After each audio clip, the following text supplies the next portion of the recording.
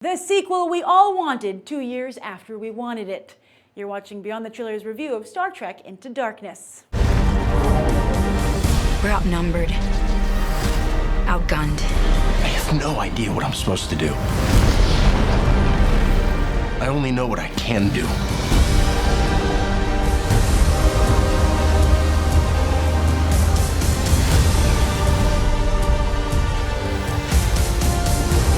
No ship should go down without her captain. Yes, way back in 2009, Paramount was so excited about their shiny new alternative timeline Star Trek franchise that they greenlit a sequel before the movie opened. Want to know why it took so long? Click here for all the nitty-gritty details. But now, 4 years later, we finally have our sequel, only it's dropped out of warp speed into a storm. Where to begin? Well, besides making fans wait ridiculously long, Star Trek Into Darkness is now one of the later blockbusters to jump onto the terrorist bandwagon, as DC and Marvel have already gone there.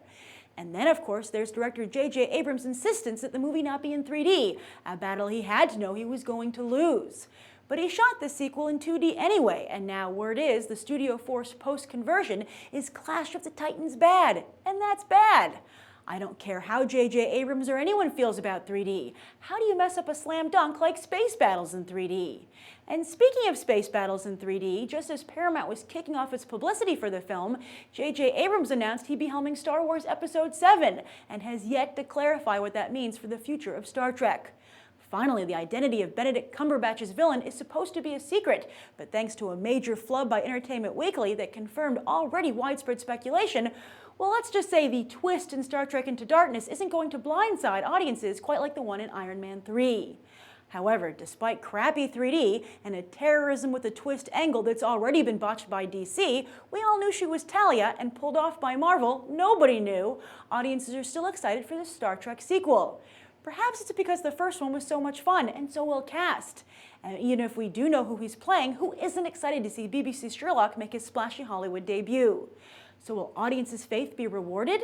Let's go find out. I could watch the Enterprise crew go on a grocery run. That's just how well put together this franchise is. And not just JJ Abrams. I mean, he's certainly doing a good job, but from the very beginning, Star Trek is just a really smart idea. It's a great formula. And that's why the franchise has lasted as long as it has, from the television series to the multiple films. And to JJ Abrams' credit, he has kept it going. His alternate version is expertly cast, very well written, and very well acted. Everyone really does a great job. And I think that this latest film, Star Trek Into Darkness, that's when the movie's at its best. When they're on the Enterprise, working together or fighting as a team, and that you have that dynamic. And you know, the franchise is allowed to do what it does best, what it shines at. That said, though, when you have something that lasts for so long, naturally there are highs and lows. There are the standout episodes in movies, which are instant classics and people keep referring to and recommend to non-fans or newbies. And then you have more of the filler, which just maintain the status quo. They're fun, but they don't really add anything special to the franchise. And ironically, due to some of the elements in here, you would think this would be one of the highs, but I have to say I ultimately found it to be just a filler movie. If you enjoy Star Trek, if you just like being in that world, you're going to have a great time. But I do have to say, right off the bat, if you could take or leave Star Trek, or it's not a must-see for you, I think there are better movies playing right now, particularly Iron Man 3 and The Great Gatsby. But as I mentioned, I'm trying not to give spoilers, but I think this is, as I said in the opening, one of the worst kept spoilers in recent movie history, and perhaps all of movie history. I mean, it's really not even, I think, a spoiler. But I'm going to just try and respect the fact that it might be spoilers still to some people, so I don't want to give it away. But anyway, just in general, Benedict Cumberbatch's character I thought was surprisingly weak. When he started out, I was like, wow, Benedict Cumberbatch, action star, who'd have thought it? And I think he does have that capability in him. I think he could portray one. But I thought that his character just wasn't well developed enough. I thought that it rested too much on the rest of the Star Trek universe. And I thought that he did, I'm sorry to say it because I'm such a big Benedict Cumberbatch fan, but I don't really think that he even brought a lot to the role himself. Very generic villain. at no point was I ever, conflicted or thought, I'm going to maybe root for this guy too. I mean, by the end of the movie, I really kind of agreed with the Enterprise crew that he just was a complete ass. Sorry. And it was interesting because they made such a big deal about him in Benedict Cumberbatch in the advertising that I was feeling kind of bad for Chris Pine and Zachary Quinto, being like, well, it's kind of their movie, and they're kind of like being left out of it. But when I saw the film, I'm happy to say that they are still the heart of this franchise. And Pine and Quinto do a fabulous job bringing their characters to life. And there is one good thing about this film that I think maybe elevates it above the rest of it, is that there's a great moment between Kirk and Spock towards the end of the film that was really very touching. I was really impressed with it. It was very well done. And it was a really nice moment. Also, Spock has some great moments as well in this film.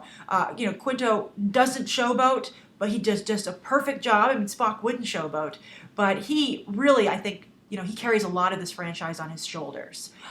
That leads me to another, problem I had with the movie a little bit, and where maybe it could have used even more Spock.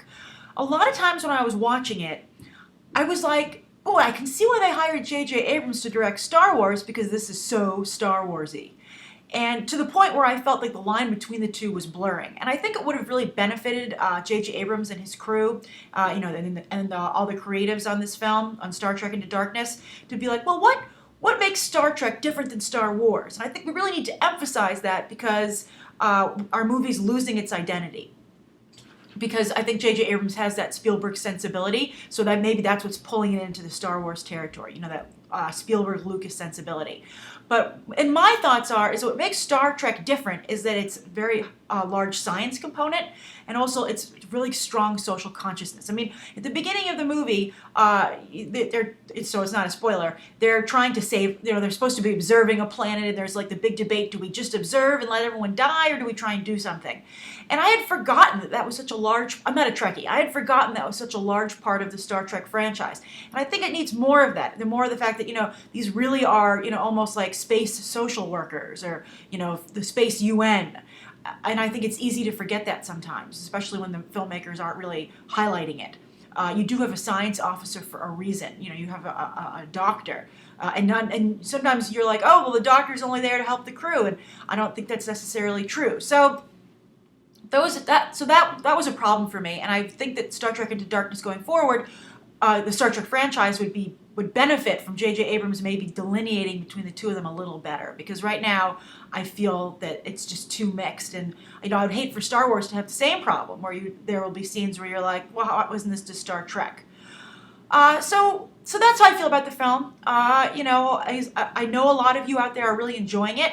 I've seen comments across the internet on my videos, on some other videos, trailers, interviews, and stuff like that. And so I'd be interested to know, do you agree with me that it's good but not great? Do you love it more because you're a Trekkie? What am I missing? Please write your thoughts down below. I would also say that I don't see any particular reason to see this in 3D. It wasn't horrible 3D like I'd suspected based on some of the trailers I'd seen, which were just horrible 3D. It was okay 3D, but I actually have to say I did not like seeing it in IMAX. I saw it in IMAX 3D because J.J. Abrams utilized a lot of close-ups and a lot of quick cuts, which just do not work very well with an IMAX screen at all. It was a little uncomfortable and kind of dried my eyes out because my eyes were so big trying to take it all in during the whole movie. So those are my thoughts. It's too bad.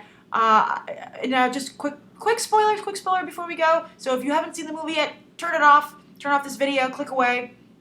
But I just want to clarify with the Benedict Cumberbatch thing. I think they relied too heavily, because he was Khan.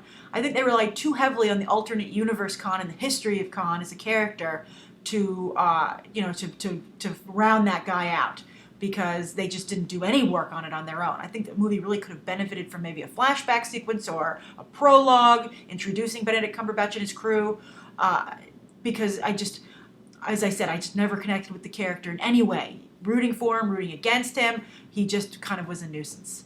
So again, thank you for watching. I hope you enjoyed this review. Please leave your comments down below, and I hope you'll check out some of these other episodes. Bye.